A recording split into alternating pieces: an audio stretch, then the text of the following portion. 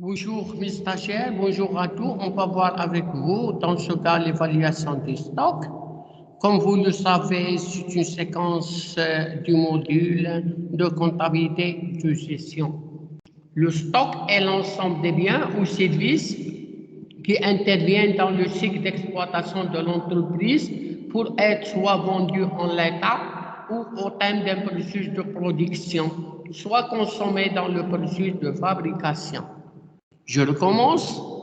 Le stock est l'ensemble des biens ou services qui interviennent dans le cycle d'exploitation de l'entreprise pour être vendus en l'état ou au terme d'un processus de production, soit consommés dans le processus de fabrication, ça veut dire matière, fourniture. إذن أولى في البلان كونطابل تمشيو للكلاس 3 ستوك غتلقاو مارشانديز ماتيير بروميير ماتيير فورنيتور كونسومابل emballage etc. Contrairement à l'inventaire intermittent, comptabilité générale, ça veut dire constatation du stock initial et annulation du stock final, qui ne permet qu'à la fin de l'exercice comptable de connaître les existants en stock. Tiens, la fin est qu'on connaît, c'est l'inventaire intermittent.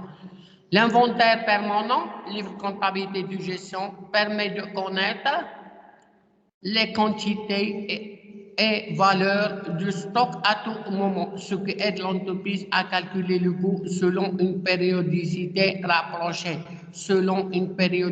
rapprochée. Contrairement à l'inventaire intermittent, اللي كاينه في الكونتابيلتي جينيرال اللي كنفهموا الكونتابيلتي حتى لا فان de l'exercice. L'inventaire permanent, livre comptabilité de gestion, qui permet de connaître les quantités et la valeur du stock à tout moment, ce qui aide l'entreprise à calculer le coût selon une périodicité rapprochée.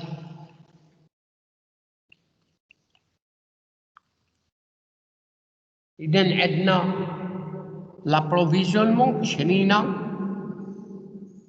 نكالكولو le coût d'achat ندخلوها في l'achat والسورتي هي الكونسوماسيون ندخلوها في الكو في البرودكسيون وملي تخرج إذا هي الستوك ديال البرودوي فيني ندخلوها في البرودكسيون والسورتي هو الفوند والبرودكسيون هي لو كو دو روفيان. إذا on va expliquer ce schéma au fur et à mesure. Les entrées en stock ne posent aucun problème d'évaluation. Ils sont valorisés par le coût d'achat pour les marchandises, les matières et les fournitures achetées et par le coût de production pour les produits fabriqués. Les entrées en stock ne posent aucun problème d'évaluation. Ils sont favorisés par le coût d'achat pour les marchandises, les matières et les fournitures achetées et par le coût de production pour les produits fabriqués. Les sorties sont valorisées par plusieurs méthodes. Il y a la méthode du coût moyen pondéré, la méthode de l'épuisement de l'eau, la méthode du lot le plus cher, la méthode du lot le moins cher, la méthode du coût standard, la méthode du coût approché, la méthode du coût de remplacement. Et donc, les méthodes d'évaluation des sorties. Les entrées en stock ne posent aucun problème. Les entrées en stock ne posent aucun problème d'évaluation. Ils sont valorisés au coût d'achat pour les marchandises, les matières et les fournitures achetées et par le coût de production pour les produits fabriqués. Les sorties sont valorisées par plusieurs méthodes, qui est la méthode du coût moyen pondéré, la méthode de l'épuisement de l'eau, la méthode de l'eau le plus cher, la méthode de l'eau le moins cher, la méthode du coût standard, la méthode du coût rapproché, la méthode du coût de remplacement. Maintenant, on va voir les méthodes d'évaluation des stocks, des sorties. Et dans la méthode du coût moyen pondéré ou la méthode de l'épuisement de l'eau. Il existe de nombreuses méthodes pour la valorisation des sorties de stock. Le plan comptable marocain en préconise deux, la méthode du coût moyen pondéré et la méthode de l'épuisement de l'eau. Maintenant, on va expliquer qu'est-ce que c'est la méthode du coût moyen pondéré. La méthode du coût moyen pondéré comprend deux approches.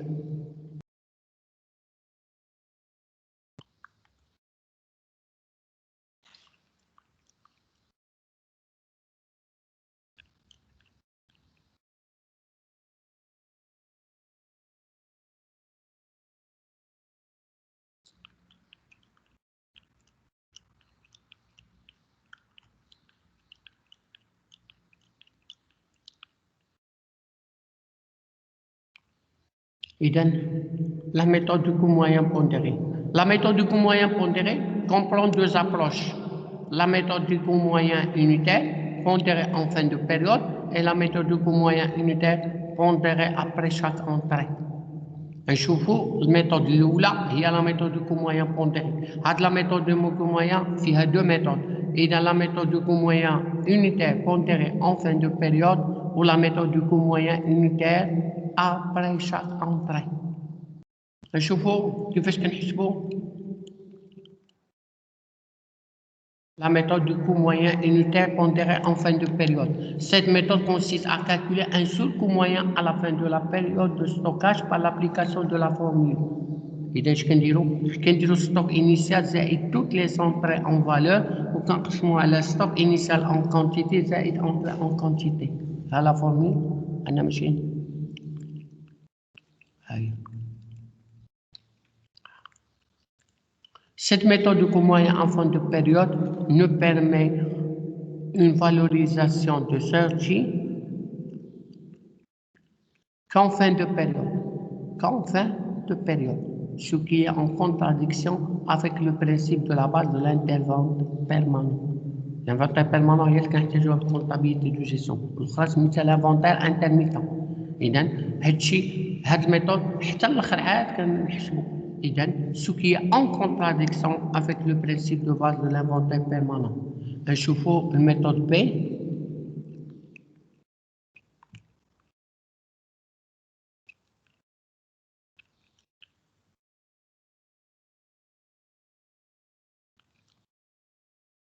Cette méthode consiste à calculer un nouveau coût moyen après chaque nouvelle entrée. Cette méthode consiste à calculer un nouveau coût moyen après chaque nouvelle entrée par l'application de la formule suivante.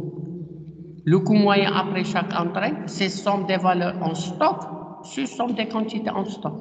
Chaque fois qu'un chauffe somme des valeurs en stock, elle a somme des quantités en stock. La méthode de coût moyen après chaque entrée permet une valorisation en temps réel des sorties, ce qui correspond à l'esprit de l'inventaire permanent. C'est-à-dire que ça correspond à le principe de base de l'inventaire permanent. Donc, à chaque fois, كنحسبوا. دابا نشوفوا الدوزيام méthode.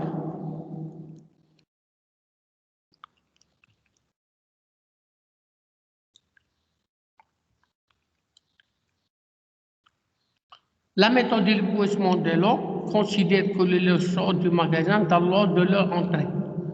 Les plus anciens sortent les premières.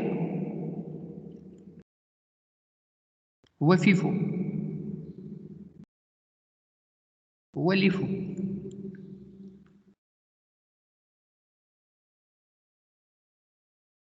يخرجوا les plus anciens sortent les premiers. اللي دخل الاول هو اللي كيخرج الاول، يعني لي لو لي بلو اونسيان هو اللي صوت لي بروميير، بينما الاخرى اللي فوق لي لو لي بلو راسون اللي دخل كيخرج. غنشوفوا لا ميثود فوق.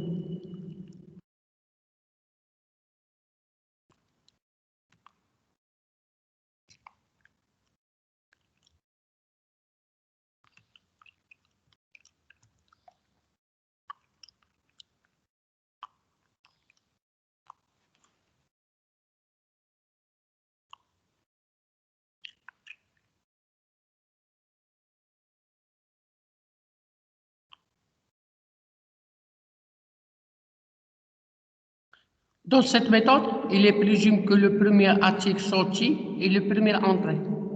Le premier article sorti est le premier entrée. Toute sortie est valorisée donc au coût d'entrée le plus ancien. Dès lors, le stock final est évalué au coût d'entrée le plus récent. Cette méthode suit avec retard l'état des prix sur le marché dans la mesure où l'évaluation de ceci se fait au prix le plus ancien. Je recommence. Comme déjà annoncé, dans cette méthode, il est présumé que le premier article sorti, le premier entrée sorti est le premier entrée. Toute sortie est valorisée donc au coût le plus ancien.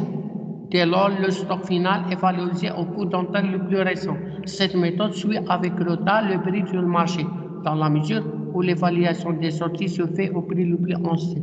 بينما الميثode FIFO, c'est l'inverse. Dans cette méthode, il est présumé que le premier article sorti est le dernier entre les X. Toute sortie évaluée au cours d'entrée le plus récent. Dès lors, le stock final est évalué au cours d'entrée le plus ancien. Cette méthode est inflationniste en cas d'augmentation du prix. Cependant, en cas de diminution du prix, cette méthode entraîne une sous-évaluation des stocks. Cette méthode de l'épuisement de l'eau permet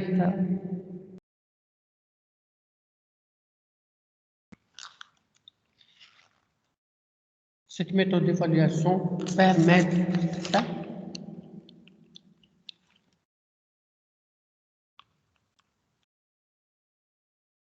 de connaître immédiatement les existants en stock et leur valeur, ce qui correspond au principe de l'inventaire permanent. دابا نشوفوا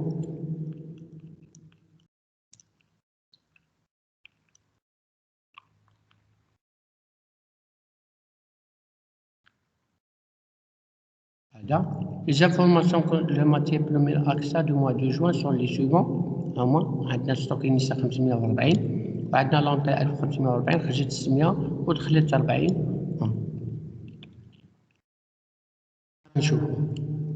نشوفوا لا ميثود الاولى سميتها لا ميثود du coût moyen pondéré اذا en fin de période. الديفينيسيون ديالها هي هذه غنابليكيو.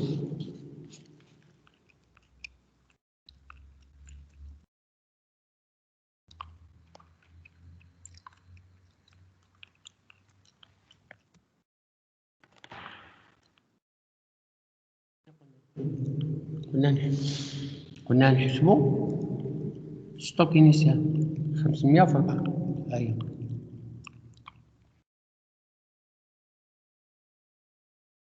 في 40.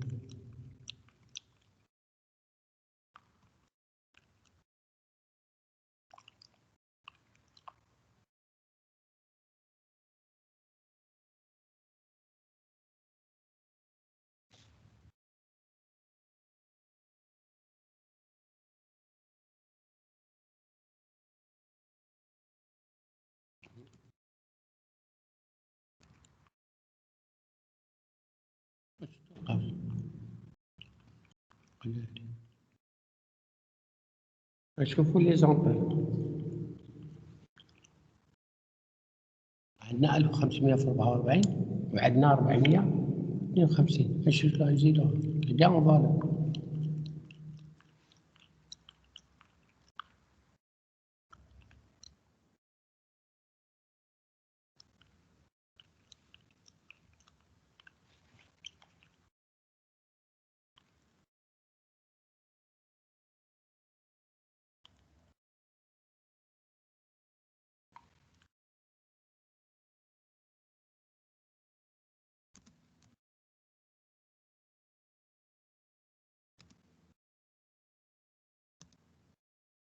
عندنا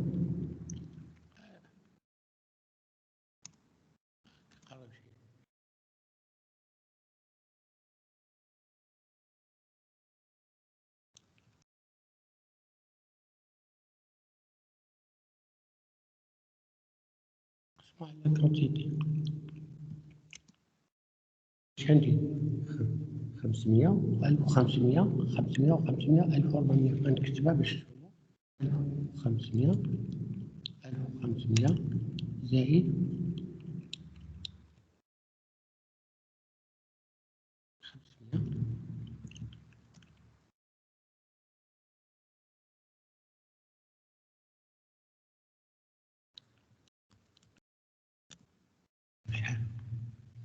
500 نخرجوا الكالكول المهم انا نعطيكم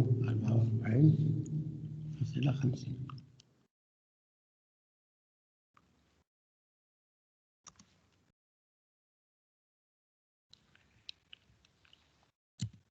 شوف ستوك نشوف لا دات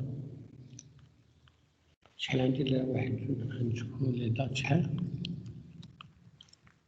واحد جوج ثلاثة أربعة خمسة ستة سبعة ثلاثة واحد جوج ثلاثة أربعة خمسة ستة سبعة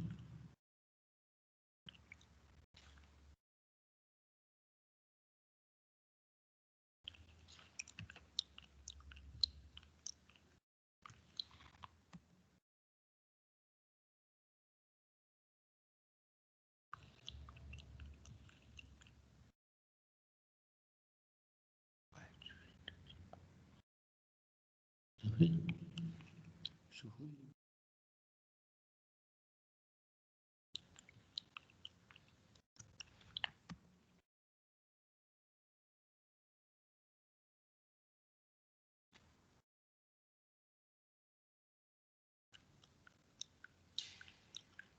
500 شحال هنا؟ عندنا الأولى 540.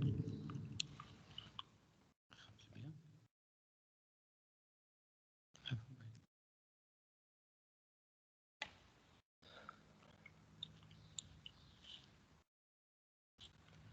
شحال كتساوي؟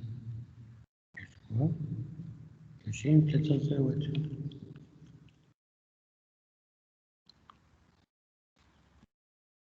خليت شي حاجة هي 1500.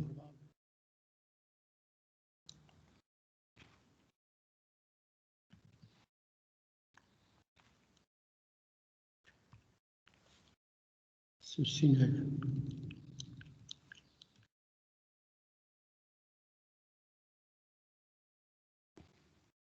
شحال عندها في ستوك نحسبو زايد 1500 ونجيبو 20,000 هي 86.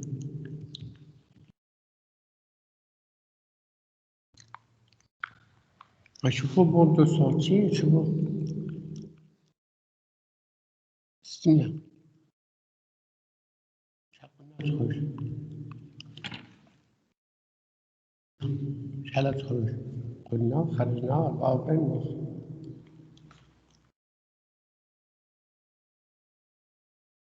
نجمعوها عمل 600 في 44 ونص 26 700.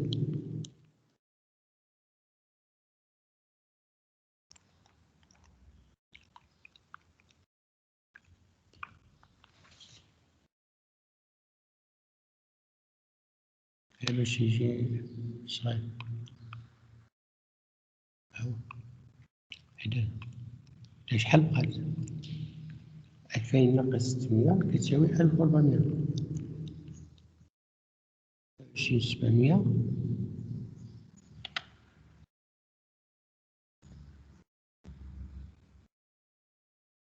تساوي 50 300.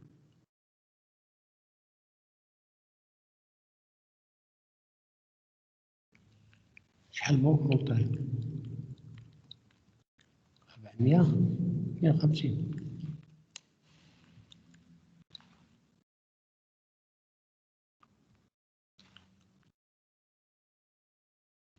شحال جات؟ 20 800.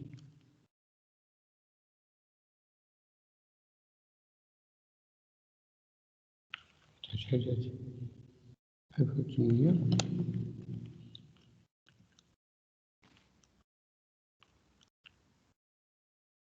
73 80 كيلو.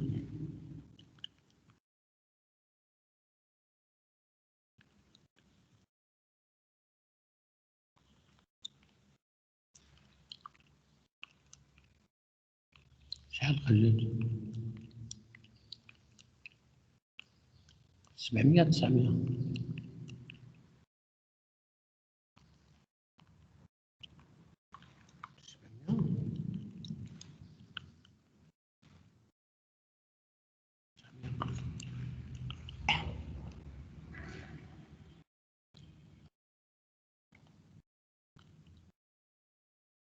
صعب ونص.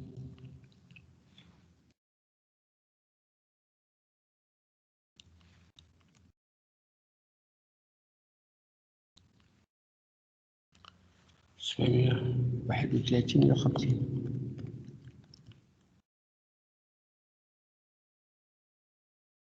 40 59.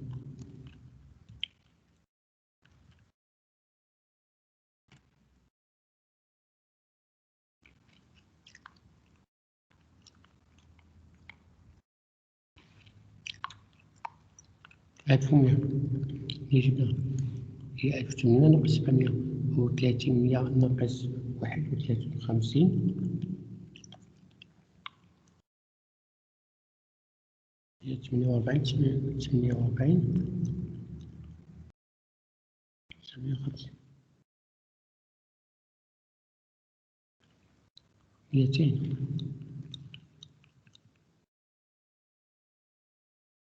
900 48 800 1900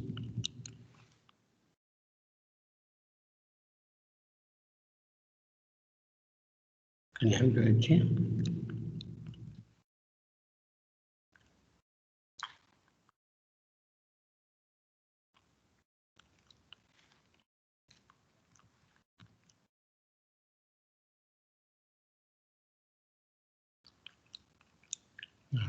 خرجنا 8900 قسمة على 200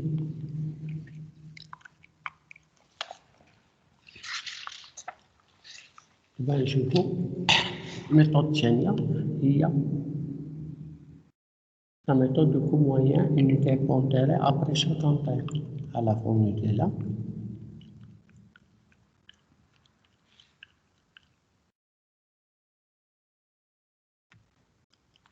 إذا لا يقبل نقلو هادو بعدا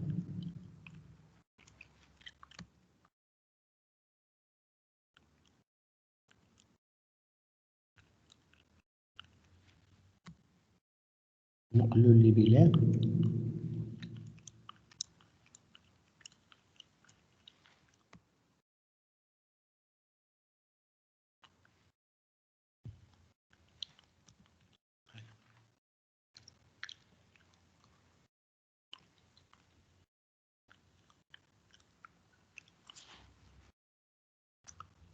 نديرو لي سونتر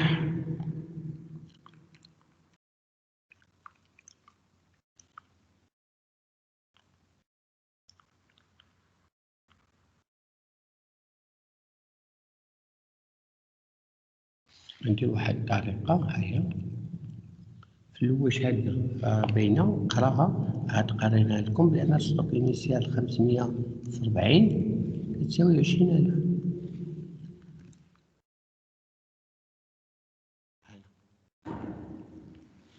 شحال شرينا؟ شرينا باينة راه قرا 1500 في 44 شحال جات؟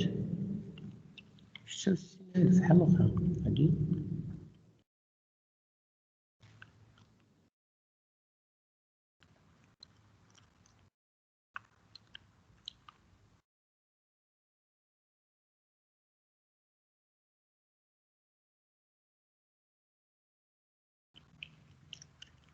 ألفين هادي باينة 500 زائد 1500 66 زائد 20 86 86 على 20 تساوي 43 هنا عقلنا شوفوا شحال خرجت 600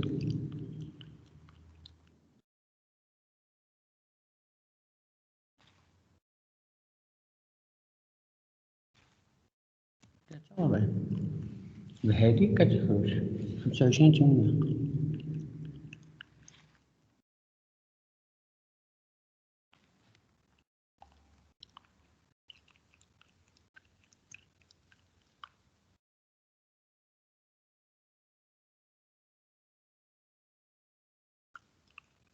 تولي 1400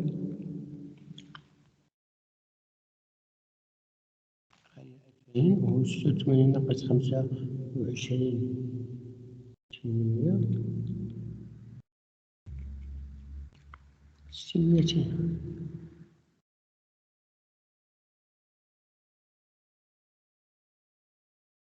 صافي اش نديرو 600 نقسموها تجي 43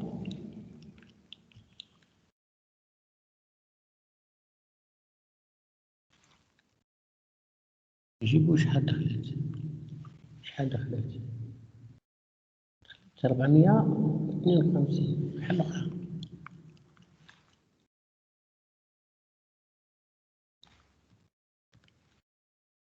452 كتجي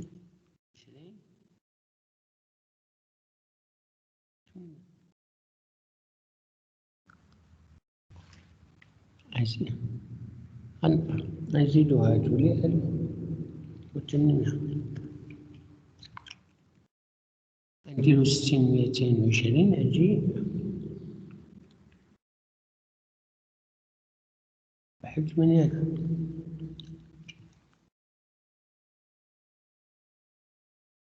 وعلى 1800 تساوي 45.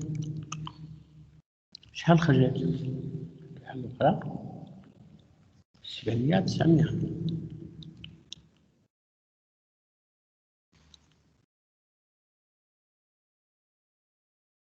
شحال؟ 45 نديرو كالكول. 745 31 500 و945 40 5.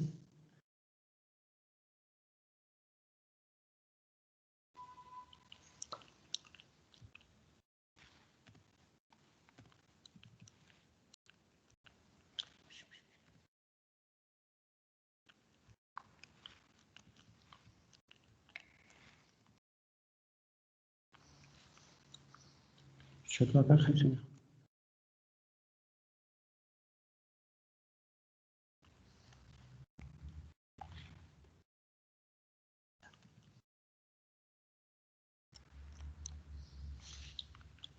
فقدوا مزيان.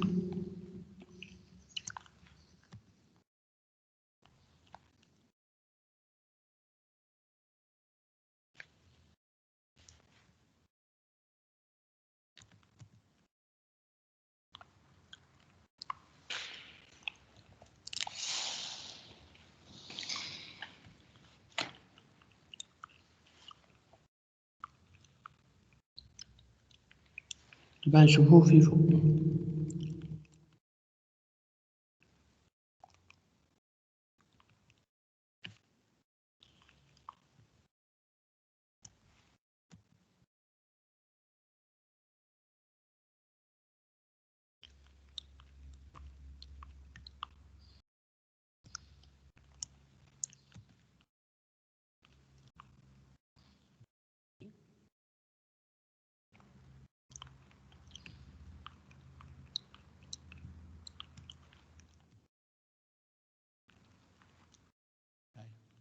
احنا ما خلطوش، احنا كله بوحدو.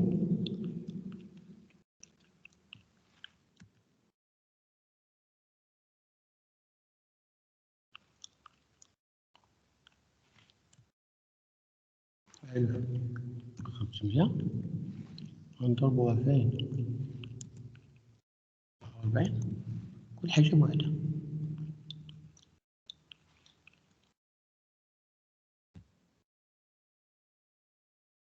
هادشي العادي. شحال خرجت؟ غتخرج 600. بديت دخل الأول غيخرج الأول. شحال 600؟ بديت دخل الأول هو 500. إذا غتخرج 500 غتخرج 30. 540. المهم هادي كتباشي إذا نبداو. طيب باش نكمل 600 ديالي خليني ندير 100. 100 يبقى 44. شحال يبقى لي هنا؟ غتبقى لي 1400.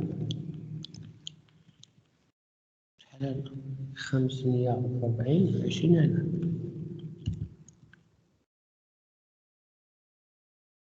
هادشي تصغرو هاد الموسيقى باش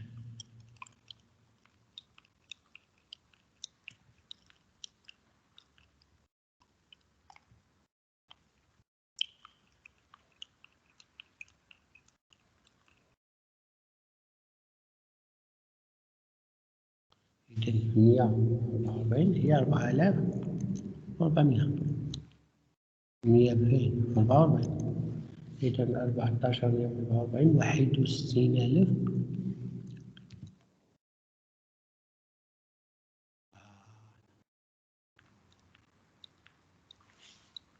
شحال تدخل؟ 452. دخلت 452. 452 شحال كتساوي؟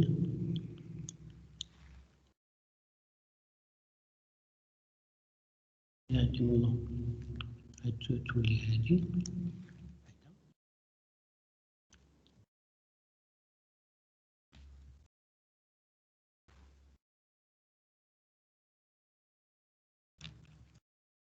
52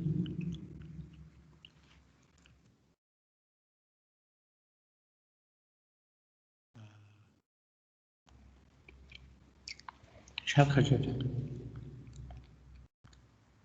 700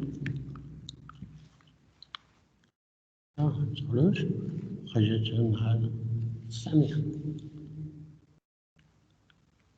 ممتاز نشوف 700 شحال تخرج في الأول 44 لأن شحال تبقى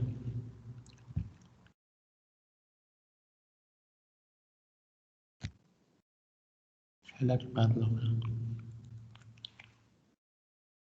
شحال تبقى هنا 52 إذا 744 30 800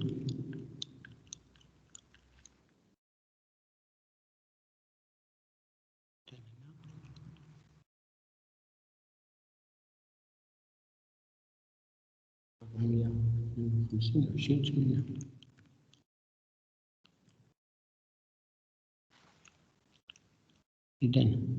إذا شنو تخرج 900 تخرج 700 باش نكمل 200 هادي هادي ب44 والأخرى 52 44 شحال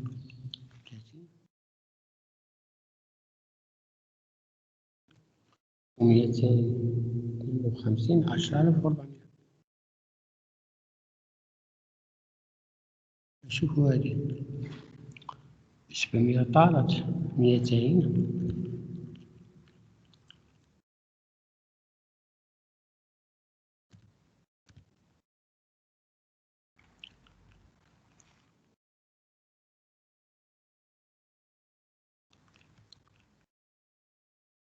نبدا ستوك هنا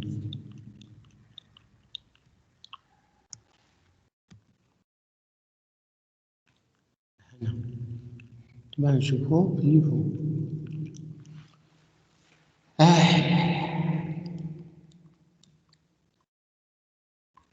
بعدا نقلو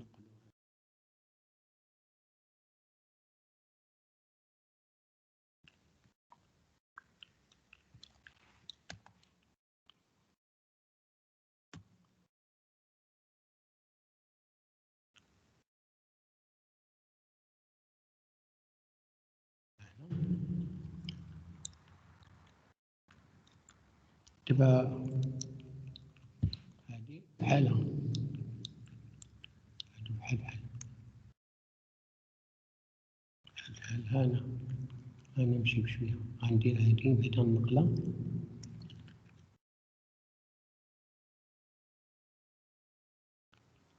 هنا نقاد بعدا هادي بعدا باش ميوقعليش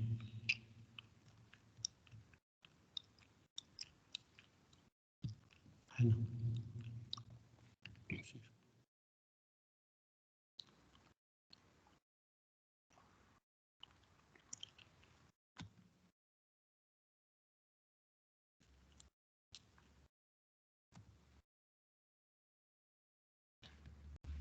إذا ها هو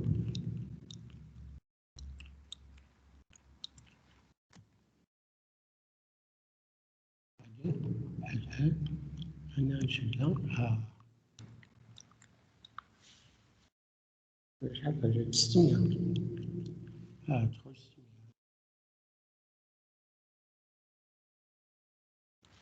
600 تخرج من الآخر شحال 44 شحال تبقى في الأول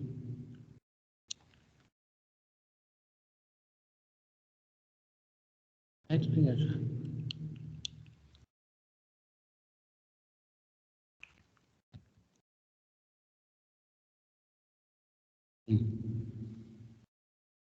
ستمية وأربعة وأربعين 29 400 شحال بقى هنا؟ 900.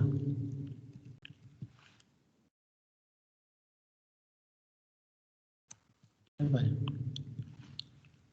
44.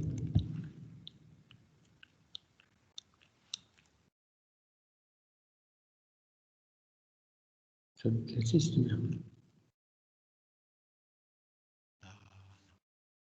مزيان الحمد لله. دابا نديرو 600.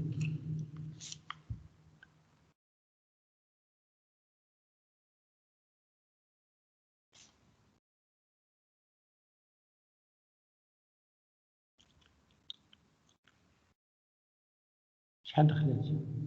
452.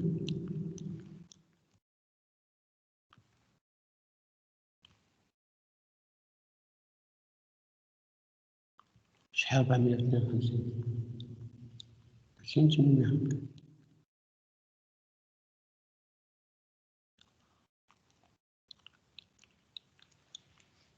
إذا عندها تولي 3 يولي هذا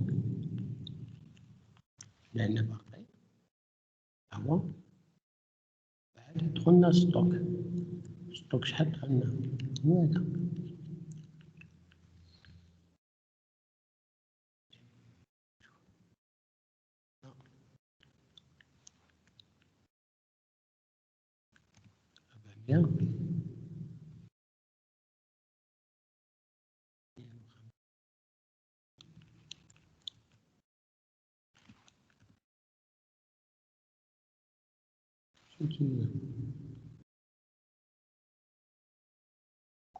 خرجتنا 700 من الآخر.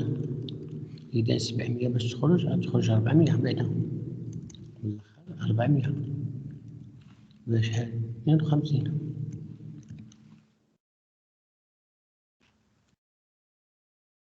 700 تزيد 300.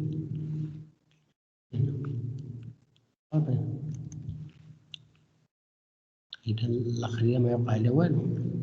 500.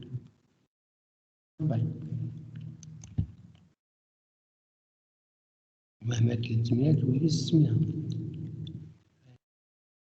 44. إذا عندنا 700 تخرج 452 ناخدو 300 باش نكملو 744 تبقى غير 644 ناخدو.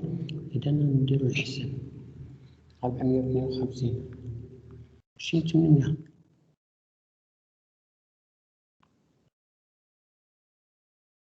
344 16200. هادي ما يوقع على والو فيها مشينا له.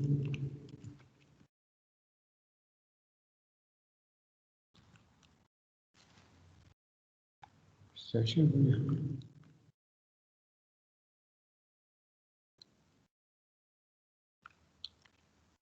700 تخرج 900.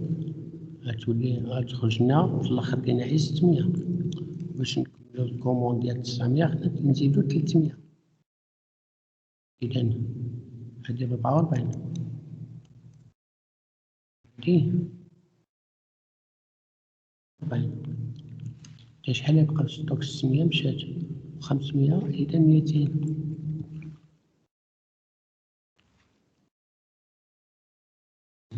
سمية 26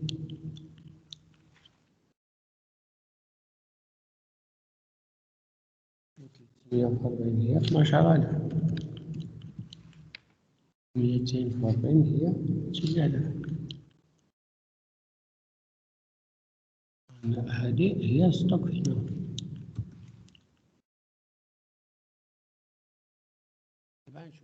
Sympathique compte permanent. إذا le compte d'inventaire permanent est destiné à suivre tous les mouvements d'entrée et de sortie des stocks afin de connaître à tout moment les existants chiffrés en quantité en valeur grâce à la tenue de fiches de stock. Grâce à la tenue de fiches de stock. Je recommence. Le compte d'inventaire permanent est destiné à suivre tous les mouvements d'entrée et de sortie de stock. باش نكونيت à tout moment les existants chiffrés en quantité en valeur grâce à la tenue de fiches de stock. Définition selon le plan comptable marocain. L'inventaire comptable permanent, SIP, est une organisation de compte de stock qui, par l'enregistrement des mouvements d'entrée et de sortie, permet de connaître de façon continue en cours des exercices les existants chiffrés en quantité et valeur de mots. C'est-à-dire, dans l'inventaire comptable permanent, il y a l'organisation des comptes de stock qui, par l'enregistrement des mouvements d'entrée et de sortie, de connaître de façon continue au cours des exercices les existants chiffrés en quantité et en valeur.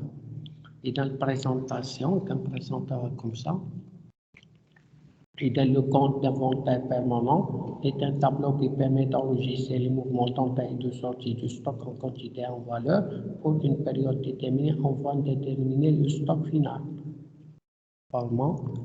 Et dans le compte d'inventaire permanent est un tableau qui permet d'enregistrer les mouvements d'entrée et de sortie du stock en quantité et en valeur pour une période déterminée afin de déterminer le stock final.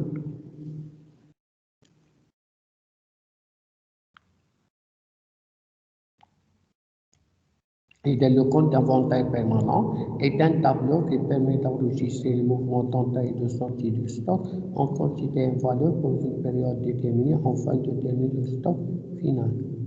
Et des différences d'inventaire.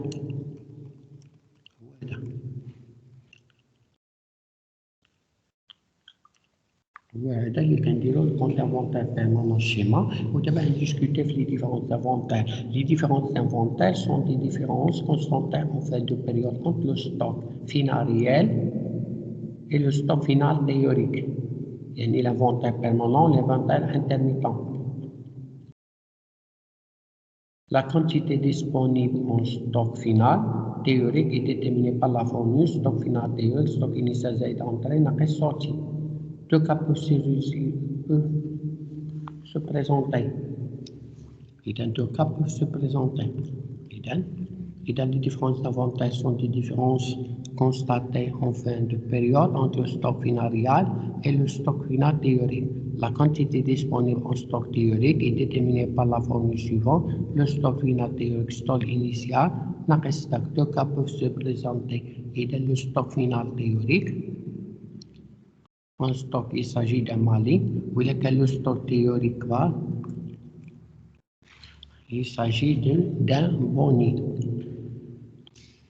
Et dans le MAC, les différences entre le stock final réel et le stock final théorique sont appelées différences d'incorporation. Ces différences d'inventaire, ça veut dire Mali Boni, différence doit être prise en compte lors du passage du résultat de la comptabilité de gestion au résultat de la comptabilité générale.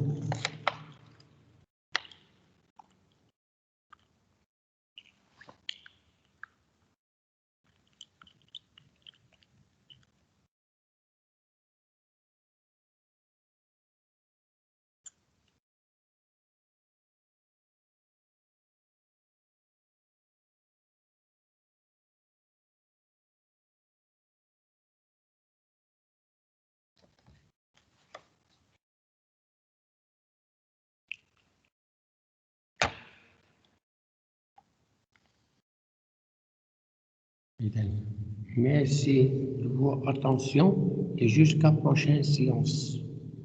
Retenez deux choses. Ici, il y a